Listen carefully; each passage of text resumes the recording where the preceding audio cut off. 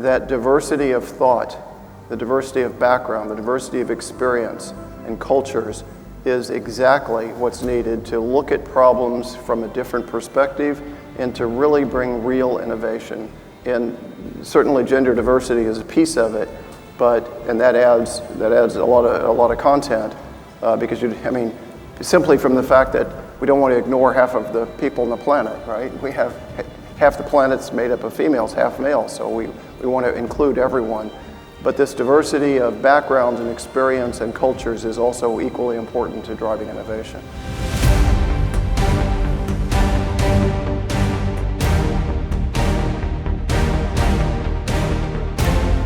IMF did a study in which there was a direct correlation between inequality and connectivity. So the less internet you have, the greater the inequality.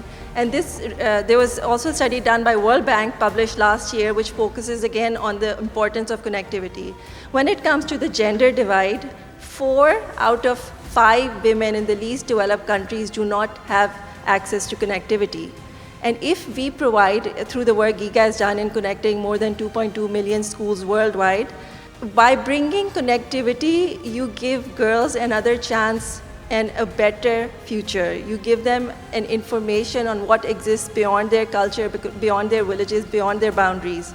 And that really encourages in uplifting girls to have a better future, which in turn uplifts communities and societies.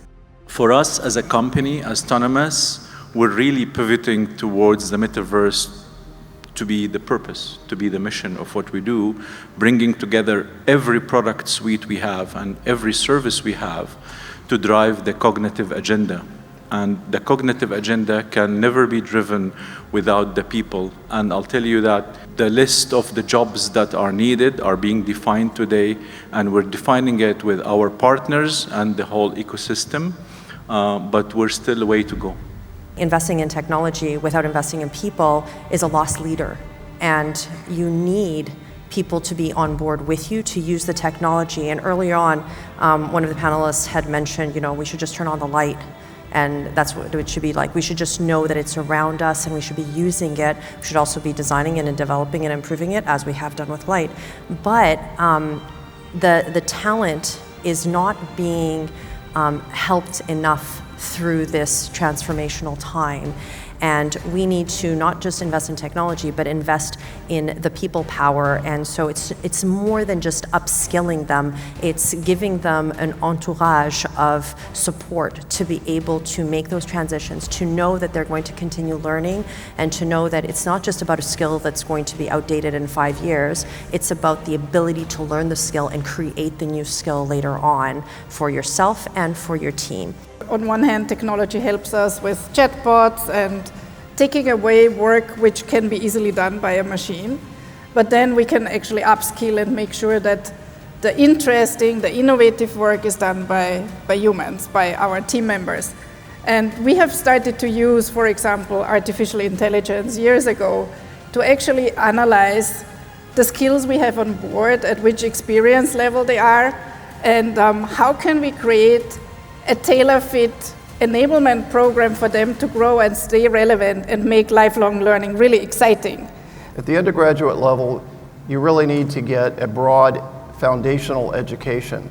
And I think what's happened today, because of the specialization that's required, some of that broad foundational education has suffered, and people are specializing very early.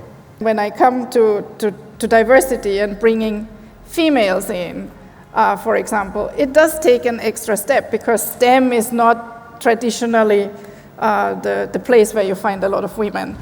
And to bring them into the private sector is extremely difficult because I know a lot of women and women networks who are very well established in the academic area.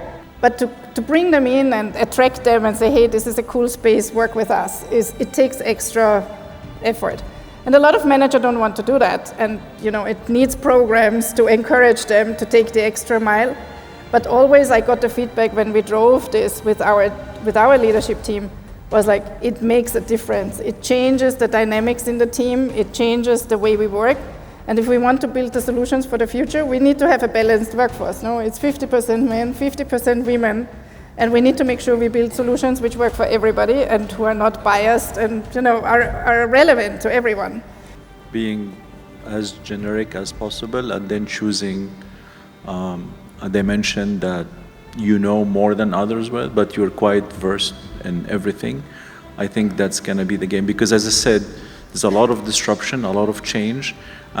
If you don't handle ambiguity well, if you're not flexible, if you're not geared as a human and looked at as a human and developed as a human at a 360 view rather than just a CV with a set of skills or functions, you're gonna really struggle. This is something that wakes me up at night, that keeps me awake at night with my own children. How much they'll be resilient towards those changes and disruptions, and how much they can accommodate, change path, be quite versed with everything, and still be able to be specialized when needed. When I talk to especially high school students and undergraduates, what I tell them to focus on is a love of learning. If you can establish a love of learning, then you'll be successful in your career. With the changing world that they're going to face, they're going to have to learn. And if they don't love to love learning, then they're going to be stymied going forward. So I think active learning with the precursor of developing a love for learning will help ensure their success.